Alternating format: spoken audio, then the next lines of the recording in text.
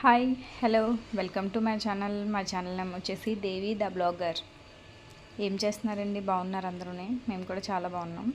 ఈరోజు Sunday special video అండి ఇది. సండే వచ్చేసి నేను మొన్న కుండ తీసుకున్నాను కదా, కుండది బౌలు, దాంట్లో అయితే చికెన్ పలావ్ చేస్తున్నానండి. ముందుగా చికెన్ నీట్గా క్లీన్ చేసుకుని తీసుకున్నా. తర్వాత కొత్తిమీర, మిర్చి, ఆనియన్, ఉప్పు, కారం, గరం మసాలా అన్నీ యాడ్ చేసి ఒక 1 అవర్ అయితే పక్కన పెట్టుకోవాలండి.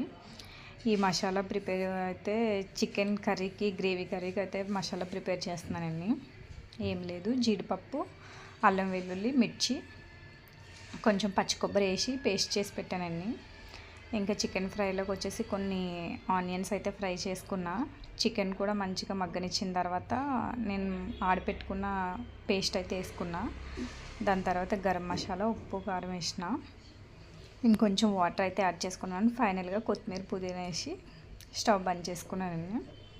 ఇంకా చికెన్ పలావ్కి అయితే ఫస్ట్ చికెన్ మ్యాగ్నేట్ చేసుకున్నాం కదా, అది మంచిగా మగ్గనిచ్చిన తర్వాత మనం ఎంత రైస్ కావాలో అంత రైస్ అయితే తీసుకున్నానండి.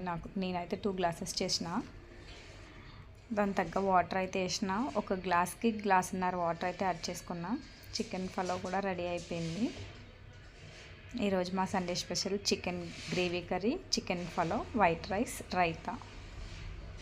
ఇంక లంచ్ కూడా తింటున్నామండి. మా వీడియో కనుక నచ్చినట్టయితే లైక్ చేయండి, షేర్ చేయండి, సబ్స్క్రైబ్ చేసుకోండి ఫ్రెండ్స్. ఓకేనా? Bye bye.